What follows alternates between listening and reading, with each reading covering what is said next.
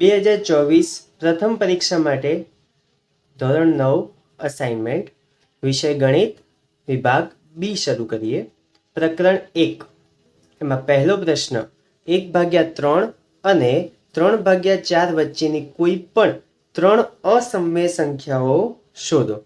તો અસમય સંખ્યા શોધવા માટે સૌથી પ્રથમ શું કરવું પડશે? તેનો ભાગાકાર 1/3 0.0 3 તરી 9 10 માંથી 9 જાય 1 0 3 તરી 9 આ 1 ચાલતું રહે છે માટે આનો જવાબ છે 0.333 કિંમત ચાલતી રહેશે. અને બીજી સંખ્યા છે 3/4 તો 3/4 0.3 ના 30 થશે 4 સીતા 28 વધ્યા 2 0 20 4 પંચા 20 આનો જવાબ છે 0.75 એક્ઝેક્ટ. હવે 0.333 અનંત સુધી અને 0.75 ની વચ્ચેની ત્રણ અસમય સંખ્યાઓ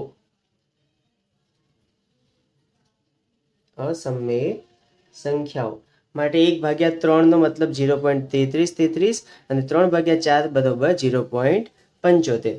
આની વચ્ચેની અસમય સંખ્યાઓ શોધવી હોય તો આની વચ્ચેની કોઈ પણ કિંમત આપણે લઈએ, જેમ કે 0.35, પછી એને અનંત સુધી લઈ જવી અને પુનરાવર્તન પણ થવી ન જોઈએ માટે 0.35 પછી 0.035 પછી અનંત સુધી. તે જ રીતે 0.40 0.40 0.040 અનંત સુધી અને 0. કોઈ પણ લઈ શકાય 54 0.54 0.054 અનંત સુધી છે. આ ત્રણેય અસમય સંખ્યાઓ કહેવાશે.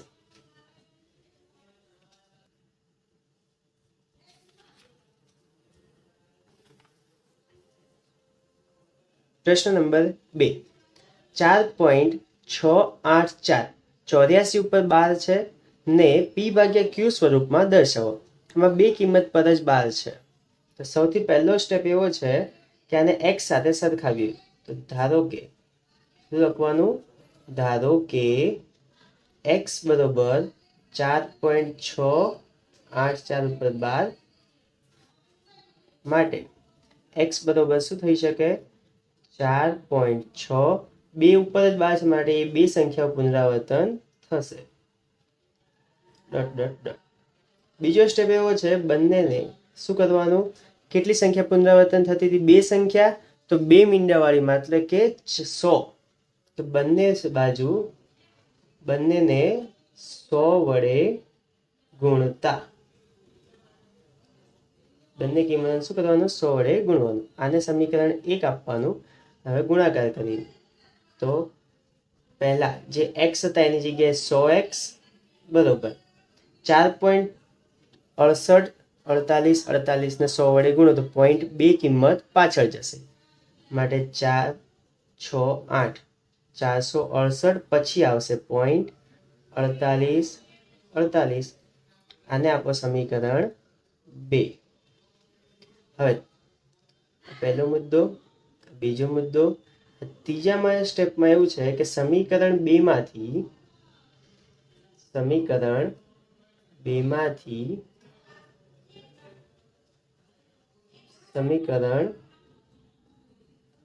1 બાદ કરતા સમીકરણ 2 માંથી સમીકરણ 1 ને શું કરવાનું? બાદ કરવાનું. માટે સમીકરણ 2 લખીએ તો 100x બરોબર 468.4848 માઇનસ સમીકરણ 1 શું હતું? તો x બરોબર 4.684848. હવે આ બંને અલગ અલગ સમીકરણો છે માટે બંનેના બરોબરની ડાબી બાજુની સંખ્યાને સાથે લાવી દઈએ. તો આ 100x અને x એમાંથી માઇનસ કરવાના એટલે -x બરોબર અહીંયા 468.4848 માઇનસ આ બાજુની કિંમત તો 4.6848 અહીંયા ધ્યાન રાખવાનું કે પોઈન્ટ પછી અહીંયા 4 કિંમત લઈએ તો અહીંયા પણ 4 જ કિંમત લેવી તો પરફેક્ટ જવાબ મળશે. 100x - x માટે 99x બરોબર. હવે 8 માંથી 8 જાય તો 0, 4 માંથી 4 જાય તો 0, 8 માંથી 8 જાય તો 0, 4 માંથી 6 ન જાય માટે અહીંયા બદલી લેવી પડે એટલે 8 ની જગ્યા થશે 7. 4 પછી 4 ના કેટલા થઈ ગયા 14, 14 માંથી 6 જાય માટે જવાબ આવશે 8. પછી પોઈન્ટ અહીંયા કેટલા વધ્યા 4 બાદ કરવાના 468 ની જગ્યા થઈ ગયા 467, એમાંથી 4 જાય એટલે 463 માટે 99x બરોબર 463.8 માટે x બરોબર 463.8 ભાગ્યા 99. હવે પોઈન્ટ પછી 8 છે એટલે એવી સંખ્યા લખાય નહીં માટે એને લખી શકાય 4668 ભાગ્યા નીચે પણ 10 થી ગુણાકાર કરો એટલે 990 બરોબર. આપણને જવાબ મળશે 773 ભાગ્યા 165.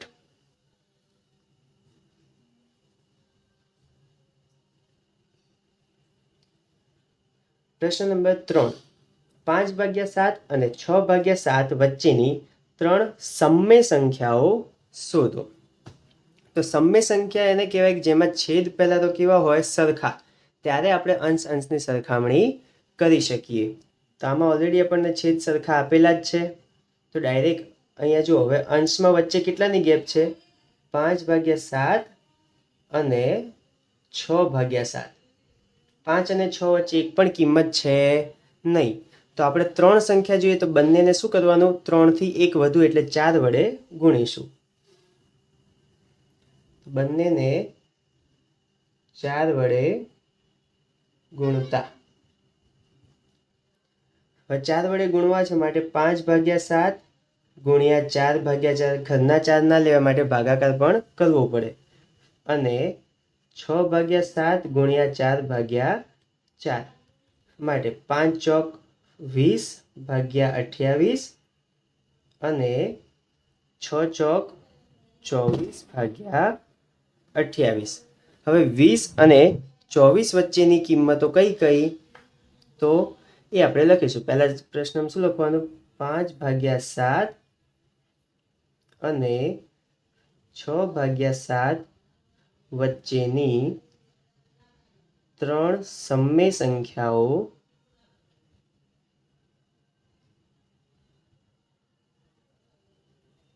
કઈ આવશે તો 20 પછી 21/28, 22/28 અને 23/28 છે. હવે પ્રશ્ન નંબર 4. 0.134 ને p/q સ્વરૂપમાં દર્શાવો. અહીંયા ખાલી 34 ઉપર જ બાર છે મતલબ બે કિંમત પર. તો આમાં પણ પહેલો મુદ્દો ધારો કે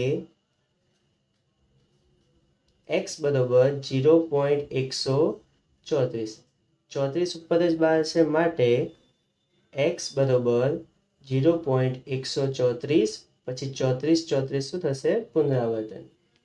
આને આપણો સમીકરણ 1. બીજો મુદ્દો બંને બાજુ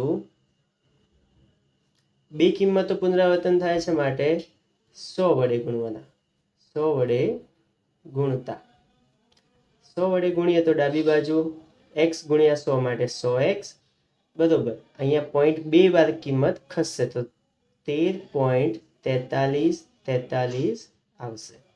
અને આપણો સમીકરણ નંબર 2. ત્રીજો મુદ્દો સમીકરણ 2 માંથી સમીકરણ 1 બાદ કરતા સમીકરણ 2 છે 100x, એમાંથી હવે ડાયરેક્ટ સમીકરણ 1 બાદ કરી દઈએ 100x - x બરોબર. અહીંયા 13.43 માઇનસ ઉપર છે 0.134 134 પછી 34માં ખાલી 3 આપણે લખીએ કેમ કે પોઈન્ટ પછી અહીંયા 4 કિંમત લખીએ તો અહીંયા પણ 4 જ લખવી જોઈએ તો બાદબાકી સારી રીતે થશે 100x - x માટે 99x બરોબર પાછળ 3માંથી 3 જાય તો 0 4 - 4 0 3માંથી 3 જાય તો 0 4માંથી 1 જાય તો 3 પછી પોઈન્ટ અને 13 - 0 એટલે 13 માટે x બરોબર 13.3 ભાગ્યા 99 માટે x બરોબર પોઈન્ટ પછી કિંમત ના રાખવી જોઈએ માટે અહીં 10 થી ગુણીએ તો 133 ભાગ્યા અહીંયા પણ 99 ને 10 થી ગુણીએ તો 990 માટે આપણને જવાબ મળે છે x બરોબર 133 ભાગ્યા 990 પ્રશ્ન નંબર 5 વર્ગમૂળ 6 ભાગ્યા વર્ગમૂળ 2 વત્તા વર્ગમૂળ 3 ના છેદનું સમયકરણ કરો હવે છેદમાં ક્યારેય વર્ગમૂળ આવે નહીં માટે એને નીકાળવા માટે શું કરીશું તો વર્ગમૂળ 6 ભાગ્યા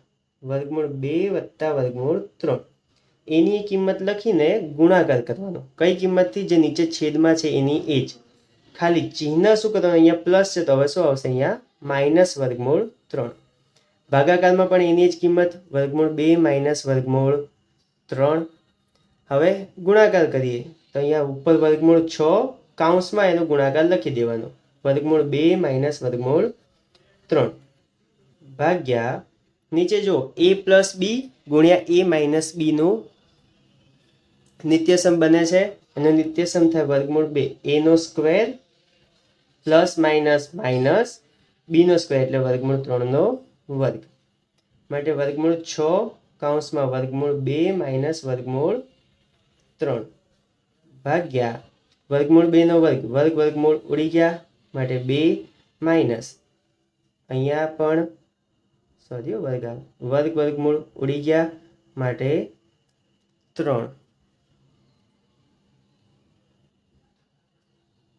બરોબર વર્ગમૂળ 6 કૌંસમાં વર્ગમૂળ 2 - વર્ગમૂળ 3 ભાગ્યા -1 એટલે કિંમત આપણને શું મળશે બરોબર વર્ગમૂળ 6 કૌંસમાં વર્ગમૂળ 2 - વર્ગમૂળ 3 અને ઉપર પ્લસ માઇનસ છે એટલે શું થઈ જશે અહીંયા માઇનસ બરોબર બંનેનો ગુણાકાર કરીએ તો વર્ગમૂળમાં 6 દુ 12 અને અહીંયા માઇનસ માઇનસ શું થઈ જશે પ્લસ આગળ આવશે માઇનસ અહીંયા આવશે પ્લસ વર્ગમૂળમાં 6 તરી 18 બરોબર હવે 12 ને ભાગ પાડવા હોય તો કઈ રીતે પડશે માઇનસ વર્ગમૂળમાં 4 ગુણ્યા 3 અહીંયા પ્લસ વર્ગમૂળમાં અહીંયા 9 ગુણ્યા 2 18 બરોબર 4 નો વર્ગમૂળ 2 આગળ આવી જશે એટલે -2 વર્ગમૂળમાં 3 અને અહીંયા પ્લસ 9 નો વર્ગમૂળ 3 વર્ગમૂળમાં 2 માઇનસ વાળી કિંમતને પાછળ લખીએ તો 3 વર્ગમૂળ 2 માઇનસ 2 વર્ગમૂળ 3 આ છે આપણો જવાબ ત્યારબાદ પ્રશ્ન નંબર 6 16 ભાગ્યા વર્ગમૂળ 41 - 5 ના છેદનું સમીકરણ કરો તો તે જ રીતે 16 ભાગ્યા વર્ગમૂળ 41 - 5 ગુણ્યા છેદમાં છે એની જ કિંમત ગુણી દો વર્ગમૂળ 41 માઇનસનું શું થઈ જશે પ્લસ ને 5 ભાગ્યા વર્ગમૂળ 41 + 5 તો કૌંસમાં લખી દઈએ ગુણાકારને 16 કૌંસમાં વર્ગમૂળ 41 + 5 અને ભાગાકારમાં બંને બાજુ ગુણાકાર તો વર્ગમૂળ 41 નો શું થઈ જશે વર્ગ માઇનસ પ્લસ માઇનસ અહીંયા 5 નો વર્ગ તો 16 કૌંસમાં વર્ગમૂળ 41 + 5 ભાગાકારમાં વર્ગમૂળ ઉડી જાય માટે 41 માઇનસ 5 નો વર્ગ 25 માટે 16 કૌંસમાં વર્ગમૂળ 41 + 25 અને ભાગાકારમાં 41 - 25 એટલે 16 16 16 ઉડી ગયા માટે જવાબ આવશે વર્ગમૂળ 41 પ્લસ 5 સોરી 0 આવશે એટલે 0.5 કહીએ કે 5 કહીએ. ત્યારબાદ પ્રશ્ન નંબર 7 સાદું રૂપ આપો. મોટા કૌંસમાં એક નાનો કૌંસ છે એમાં 625 ની ઘાત -1/2 એની ઘાત -1/4 ને એની ઘાત 2. આપણને ખબર છે કે ઘાત ઘાતનો શું થાય ગુણાકાર. તો સૌથી પહેલા ગુણાકાર કરી દઈએ. કૌંસમાં 625 ની ઘાત -1/2 ગુણ્યા -1/4 ગુણ્યા 2. ભાગાકારમાં કશું નથી 1 લખી દઈએ હાલ માટે. માઇનસ માઇનસ પ્લસ થઈ ગયા 2 ઉડી ગયા. રેડી. તો કૌંસમાં 625 ની ઘાત ઉપર 1 એકા 1 અને ભાગ્યા 4 થશે. કૌંસની બહાર લખીએ હાલ. હવે 625 શેની 4 ઘાત કરીએ 625 થાય. આપણને ખબર છે 25 નો વર્ગ 625, 25 શેનો વર્ગ છે 5 નો, તો 5 ની 4 ઘાત એટલે 625 થાય ગુણ્યા 1/4. 4 ઉડી ગયા માટે જવાબ આવ્યો 5. ત્યારબાદ પ્રશ્ન નંબર 8 એમાં પણ સાદું રૂપ આપો.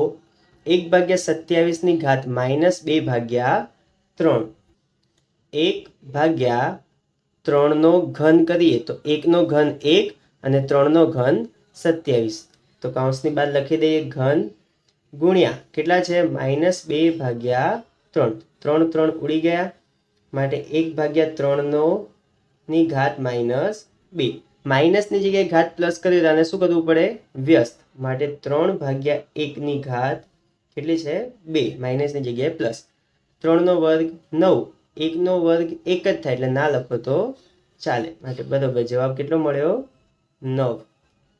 ત્યારબાદ પ્રશ્ન નંબર 9 2/2 પ્લસ 5/3 અને -2 અને √2 -3/3 નો સરવાળો કરો.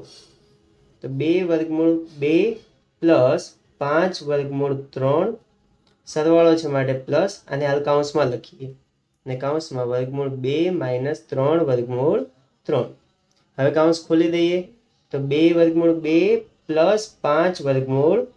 અહીંયા પ્લસ છે માટે કૌંસની કિંમત તો મતલબ કે ચિહ્ન બદલાશે નહીં. તો પ્લસ √2 -3/3. હવે √2 વાળા પદને √2 વાળા પદ જોડે સરવાળો બાદબાકી થાય અને √3 વાળા પદને √3 વાળા જોડે. તો અહીંયા 2 √2 છે અને પ્લસ √2. આગળ કશું ન ઓછું સમજવાનું 1. તો 2 અને 1 કેટલા થઈ જાય 3/2. અહીંયા પ્લસ 5 ને -3. તો 5 -3 એટલે +2 માટે પ્લસ 2/3. આ છે આપણો જવાબ. ત્યારબાદ પ્રશ્ન નંબર 10 સાદું રૂપ આપો. કૌંસમાં √3 + √7 નો હોલ સ્ક્વેર. તો અહીંયા આ રીતનો નિત્યસમ બનશે a + b નો હોલ સ્ક્વેર. એનો નિત્યસમ છે a નો વર્ગ વત્તા 2ab વત્તા b નો વર્ગ. માટે પહેલા પ્રથમ પદનો વર્ગ પછી 2 ના ગુણાકારમાં પ્રથમ પદ ગુણ્યા બીજું પદ વત્તા બીજા પદનો વર્ગ. તો ઉપરના પ્રશ્ન પ્રમાણે એને ગોઠવી દઈએ. તો પહેલા √3 નો વર્ગ પછી પ્લસ 2 કૌંસમાં પહેલું પદ √3 બીજા કૌંસમાં બીજું પદ √7 પ્લસ √7 નો વર્ગ. અહીંયા વર્ગમૂળ ઉડી ગયા એટલે 3 પછી પ્લસ 2 √7 ગુણ્યા √3 માટે √21 પછી પ્લસ અહીંયા પણ વર્ગમૂળ ઉડી ગયા એટલે 7. 7 + 3 10 અને 10 + 2 √21. આ છે આપણો જવાબ. અને અહીં આપણે અસાઇનમેન્ટના વિભાગ બી નો પ્રકરણ 1 પૂર્ણ થાય છે.